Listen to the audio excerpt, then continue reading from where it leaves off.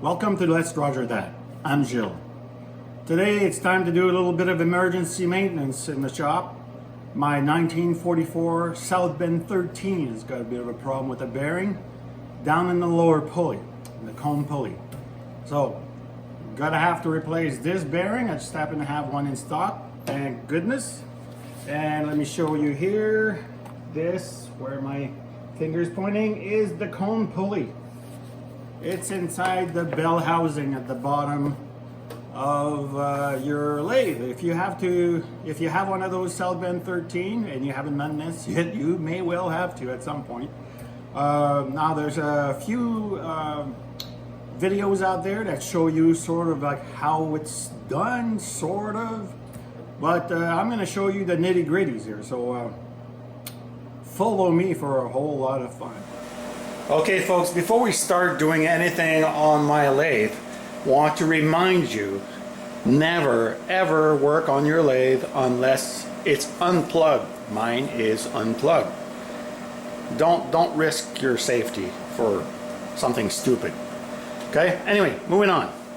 How do you know that there's something wrong with your lathe spindle? So let's have a quick peek and give you some tips. Zoom on this. Alright, so let's say your lathe always spins nice and free, like this one, okay? Well, that's great, but then all of a sudden, so okay, let me put it on the lowest gear, so there's very little resistance, and you see, it stops like right away. So that's one clue. So what do you do then? Well, the first thing to do is to release the tension and try that thing again. And now she spins freely. So that's a clue. The other thing is if there's a noise somewhere. So Liz, you gotta listen carefully. No noise up here, none. Okay, but when I actually put the tensioner back on, I can hear a noise. It only happens every half revolution. That's a good sign that there's a bearing issue somewhere. So what's the next step? Let's proceed. In the bell housing of your motor, where the motor sits underneath, you have another cone pulley, and of course that pulley is linked to the motor using, in my case, 2 belts. So once you've done the initial examination at the top, you want to see if there's any noise in the bottom, right? I can hear gritty, and at every half revolution, right about there, she jams up, right? Right there, she's stuck.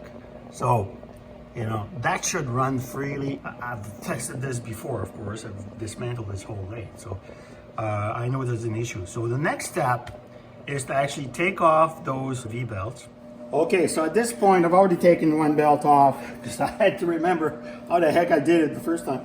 Okay, so essentially, it's pretty easy. That whole assembly is loosened up. You pull on the V-belt. Just be careful with your fingers, of course. And now, see, I did it with my fingers. But if you're having a rough time, just put a screwdriver here and do this, and it'll slip right off. Okay, so now I got this off. I can really see what's what. If I spin the motor, pulley, spins freely, no noise, just take the time to listen. Okay, right now I hear the belt friction, of course.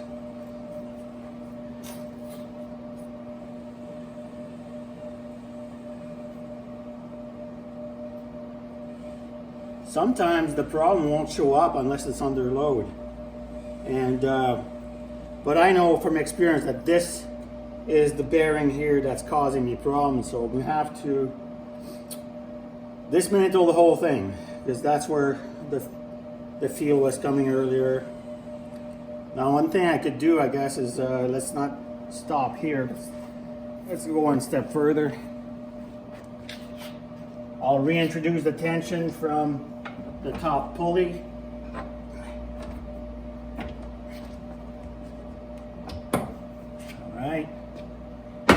back.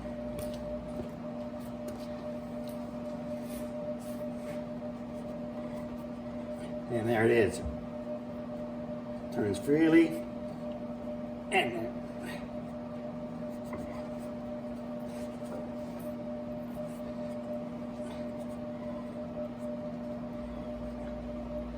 And I hear grinding in there.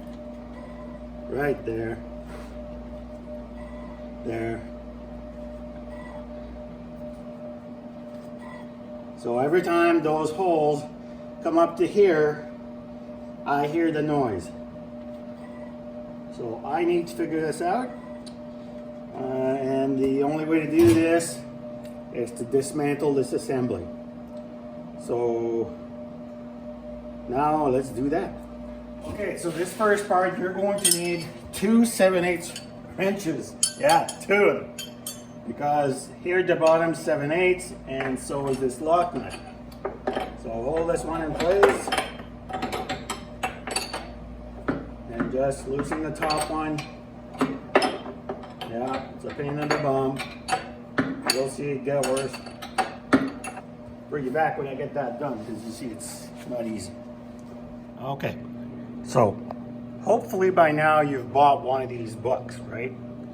Now, it's really important that you don't get all excited and start ripping stuff apart randomly, because you're going to break something and have a lot of trouble. So, first thing we need to do, like I said, is take off this motor. Now, in my case, it's held by a bunch of screws to a plate, which is hooked to the main plate. I don't want to take this stuff off here. I want to loosen this bolt and then be able to push out this shaft so that this assembly comes off, right? But before you do that, there's a set screw back here. It uses a 3/16 Allen key. That has to be taken off first. Now, I've dismantled this before, and so mine are loose, so they'll be all right. But it may not be in your case, and you have to be patient. If it's stuck, then spray it, leave it overnight, on and on, right? And, okay, so I've got to put a bunch of wood here to support all this. You don't want this fall on the ground. Usually, if you're going to do a full refurb, you're going to disconnect all these electrical cables. In my case, I'm not going to do that. I'm going to lay the motor down on the floor and then remove the top pulley carefully. So once you got this Allen screw off, what do? Well, you need a brass rod. And because this is going to go all the way through here, so you're going to push that, and it'll come out in the hole on the other side, and the assembly is going to fall off. The brass rod is going to hold it temporarily until you slightly lift the motor, and then, you know, you'll gently lower down your motor. That's how it's going to go. So that's the next step in my case, is I'm going to put the supports underneath, and then it'll be time to loosen this up once the motor is supported. After this, that's when I'll take this off. But for now, I'm going to loosen that screw. Step 1.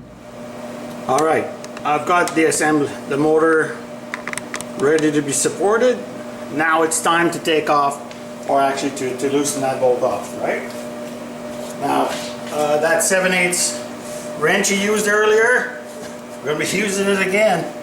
All right, so there she goes. Now, because everything is still supported from the top, this is pretty easy. Nevertheless, be cautious. Take your time.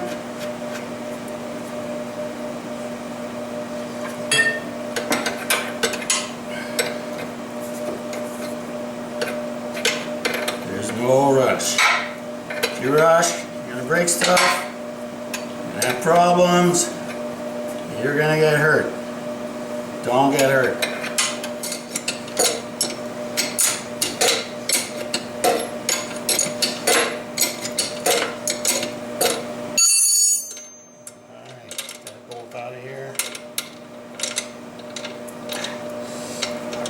Thumbs.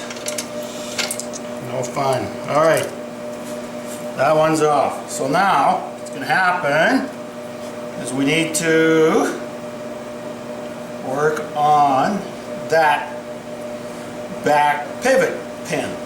Let me show you where it's going to come out. It's going to come out right through that hole. So, let me show you.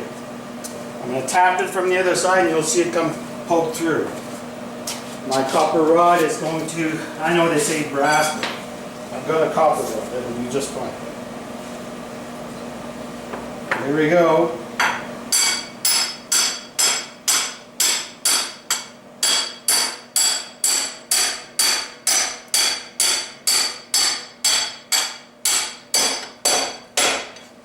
Okay.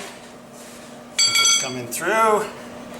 It's hanging there, so I have to fix that by doing this. There you go.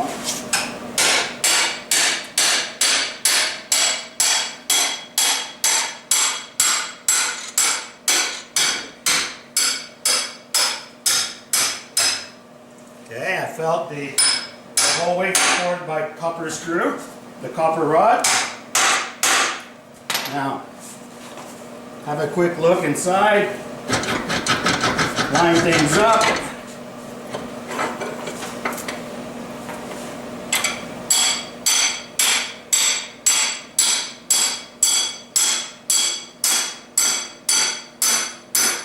Don't rush here. Have a look where you're hitting.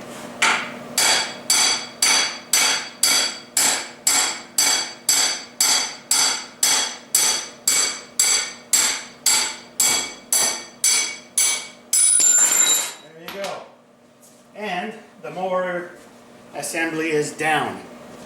So that's probably the first time that's been filmed. Okay. From this side, this is what it looks like. Okay, so that's a copper rod I used to push everything through. And you see it here. So it's holding the pivot to the upper assembly. So now I need to remove that. And the only way to do that is to lever this motor up, right? And then pull that pin out at the same time. Trust me, it's going to be fine. Okay, so now is the moment of truth to remove that copper pin from holding that motor up. If you have a helper, it's going to go really smooth. If you don't, it's going to go exactly like I'm about to do now. So you've got your lever, press on with a knee.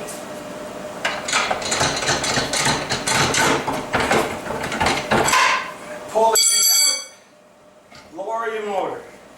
Now before you go crazy here, remove the support that's preventing you from putting it on the ground and lower it to the ground, nice and easy. That's it. We're here now. So I'm gonna steady this up so it's level. Put a little block in place.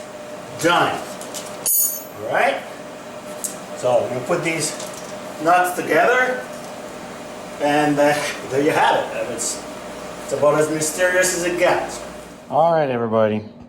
We're looking under the lathe here in that bell housing. I've got some lighting in there. It doesn't blind you. But there's a set screw, just like there was on the other side, to remove this whole cradle assembly. The shaft that holds that cradle, not the pulley, but the cradle, has a set screw. But instead of putting it where you can easily reach on the other side, they've put it on this side. So this is easy to see with the camera. Check this out. I'm going in, and tilt up, and there is the set screw. In this case, it's a flat screw. Sometimes it's a set screw. There's no rhyme or reason for this. But in any case, that's what it is. And if you don't know where that is, and it's very unlikely you would be able to find it, just like I struggled the first time. So that's what I'm going to remove now. I'm not going to film this obviously because my arm would be in the way, but I wanted you to know how to locate that screw. Okay, so if you're looking from the side, we just remove that motor cradle and you go in with your arm. You can't fit your head in there, trust me, I've tried. Okay, it's easier to put your head up in your behind. So that's how you get to this puppy. Once that's out, don't lose that little screw, and then we'll have obviously support this here, this cradle. We'll have to support that, and then push out the pin like we did for the last one. All right, that's where we're at. All right, so I've got that set screw removed, and before we get really super excited here, we've got to remove this assembly. To remove the assembly, as you can see, there's a tapered pin that holds this in place. All right, that's for that belt release. So turn that around to expose the hole. There it is. Sometimes that pin is so far in, you don't even see where the hole is. So take your time, trust me, it's there. Now, take a tapered punch of the correct size. See if I can get my act together here. There we go. Okay. Time for Mr. Starrett to show what he's made of. So now, push that pin out. Done. Here's the pin. I'm sure somebody's going to want to see it. There it is. It is tapered indeed. And when I put it back in there earlier, when I refurbed my lathe, I did not push it in all the way because I didn't want to go through what I did the first time. So now we need to remove this nut. It's knurled, so it should be coming off easily enough. Okay, that's done. Put that back in there. Now, this part doesn't always go all that smooth because this is here. And there's a ball in here to pivot this, to let this pivot, this bolt, so that it moves this way. But it doesn't mean it's going to come out really easily, and trust me, it will not. But the next step is to remove the shaft at the back. Okay, this is the fun part. Or not so much fun, to be honest. Okay, brass rod right here in the middle of that shaft. Comes out pretty easy. Right now.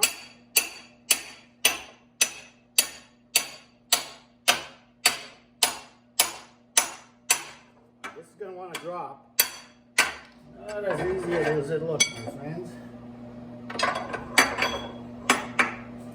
There's the shaft.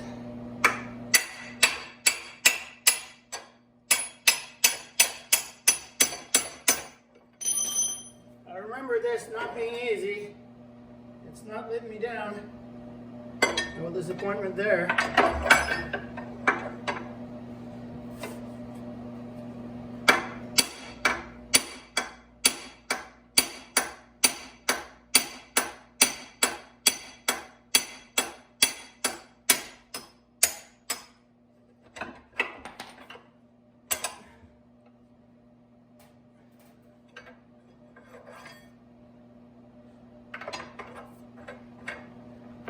So what's happening is that the weight is coming down on this thing here. This will happen to you as well. There we go. You catch that pin. There he is, right there. Okay. Step number 1000. Okay, although I know that I have to remove that tapered pin here, because I'm definitely not, I'm trying to save my belt. It may not work in the end, but in any case, here what you have is there are two set screws inside this cone here. One on this side, one on the other side. The Allen wrench size is 1/4. So what you do is you reach in there, you unlock it, you know, unscrew it completely, and basically that's what holds the cone pulley on that inner shaft. That's what I'm gonna do next.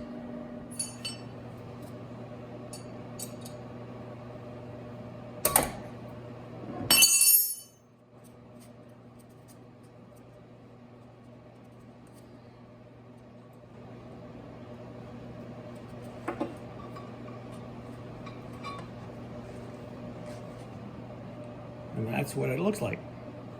Now there's two, remember. All right, to remove that pulley, and I've got the taper pin out now, you have to use a puller. These things they're pretty tight. Oh, again, be careful, take your time, try not to get hurt.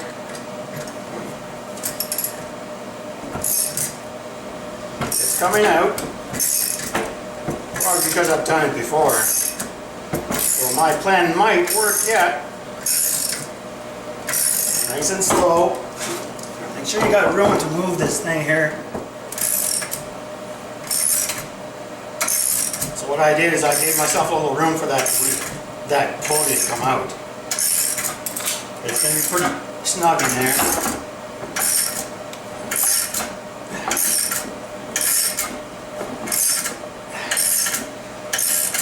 This is going to work. This pulley has to come out. I don't have to cut my belt. Great, I reached the end of my puller. And this whole thing is not over yet. All right.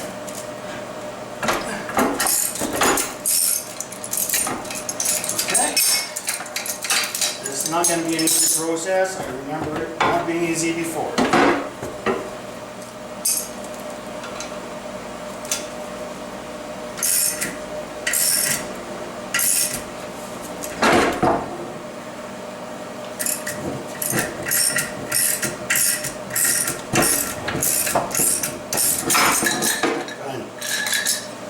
Okay, so you just have to persist and you can get it done. It just takes a little bit of patience and work. Okay, so now, gotta unscrew the bearing retainers and we'll go from there. All right, next step. These nuts and these screws need to come off. That's what holds the bearings in. They need to come off on both sides, and that'll be an interesting thing to do because see over there, you got some jam nuts to take care of. So that's what's next. Okay, so I've got the screws and nuts removed from the one bearing holder. Now it's time to remove those jam nuts. I've already removed one, as you can see, and I'm working on the second one. So I'm going to show you something, but I don't recommend you do that. I'm only doing this procedure so that I don't have to cut my belt and replace it with another one worth 150 bucks. So what I'm doing is holding the shaft with a pipe wrench. Yes, it's going to scar, don't care. And then unscrewing this nut with an adjustable wrench. So just in case you're wondering. Oh boy, I guess I should have filmed that because that was really hard work. But after I removed the 3 screws holding that bearing retainer, what you got to do is hit the shaft with a rubber mallet. Sorry, I'm out of breath. But and I mean, you got to really hit hard to get her out. But essentially what happens here, and you can't do it from the other side, you've got to be on that side.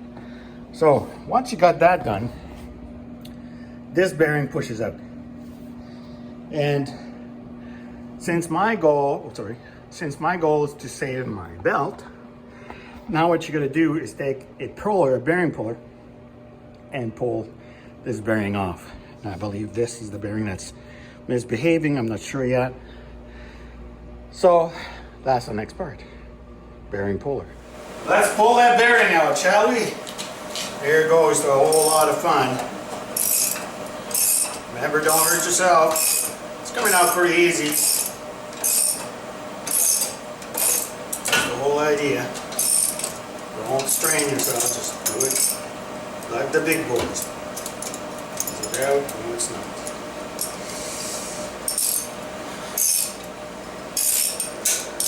Back up.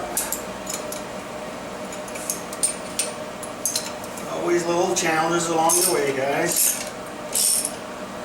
Normal, there it comes. There you go.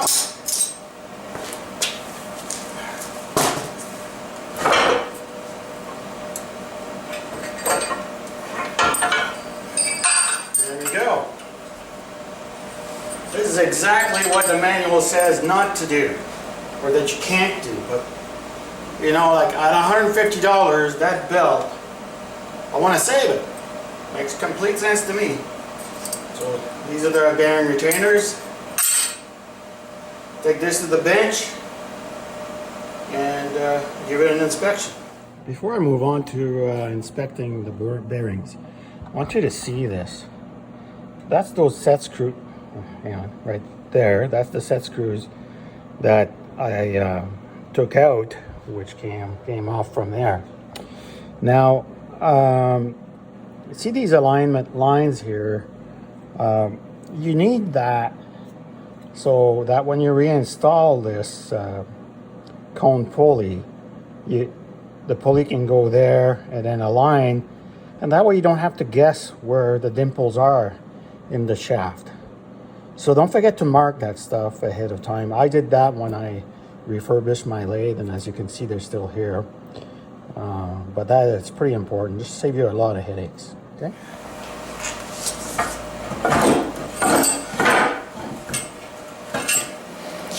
All right.